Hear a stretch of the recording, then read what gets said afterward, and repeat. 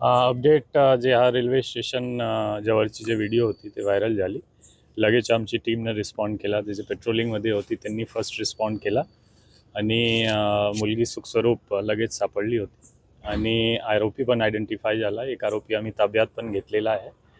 मुलगीची फिर्याद घेऊन गुन्हे दाखल करण्याची प्रक्रिया चालू आहे आणि यामध्ये कायदेशीर आम्ही स्ट्रॉंग कारवाई करणार. तर त्यांचा हेतू काय होता, का त्यांनी अपहरण केलं त्या पोलिस? ते काय आहे, पार्श्वभूमी असा आहे की त्यांची दोन्हीची जुनी ओळख आहे आणि हा मुलगी असा दिसतो प्रथम दृष्ट्या की ते रेल्वे स्टेशनवरच जवळपास 6 महिन्यापासून ते तिथेच झोपतो आणि तिथेच राहतो. त्यांची बेगिंग वगैरे करून भीक मागून ते उदरनिर्वाह करतो आणि त्यांची जुनी ओळख आहे. दोन्ही भेटलेला आहे अगोदर आणि आज पण भेटण्यासाठी आला होता.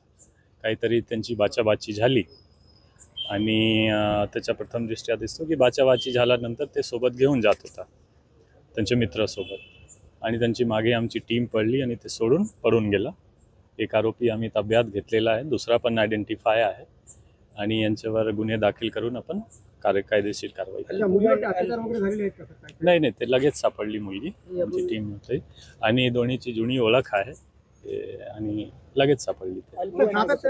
नाही, मुलगीची वय 19 वर्ष आहे आणि जे एक आरोपी ताब्यात आहे त्यांची जवळपास 21 असा वय आहे. त्यामध्ये मायनर दोन्हीमध्ये कोणी नाही, दोन्ही मेजर आहे. हां, सातत्याने असे व्हिडिओ व्हायरल होत आहेत. 24 तारखेला एका फॅमिलीला पण मारहाण करण्यात आली होती शिवाजीनगरला. त्या प्रकरणामध्ये गुन्हा दाखल आहे पण आरोपी अटक नाहीत. काय असतं सातत्याने नाही, असा तुम्ही किती सातत्याने बघितला ते इतके महिन्यानंतर असा एक इन्सिडेंट झालेला आहे. त्यांची दोन्हीची जुनी ओळख आहे आणि लगेच तुम्हाला हा पण एप्रिशिएट केला पाहिजे की लगेच टीमनं अटक करून मुलगीला पण रेस्क्यू केलेला आहे. मुलगा पण ताब्यात घेतलेला आहे आणि आयडेंटिफाय करून दुसरा मुलगासुद्धा ताब्यात आम्ही घेणार. ते हा सिटीमध्ये असा एक इन्सिडेंट घडतो आणि हा मला वाटतं खूप दिवस नंतर झालेला आहे. हा सतत कंटिन्युअसली किंवा असा एक नरेटिव्ह बनवणं एक चुकीची राहणार असं मला वाटतं.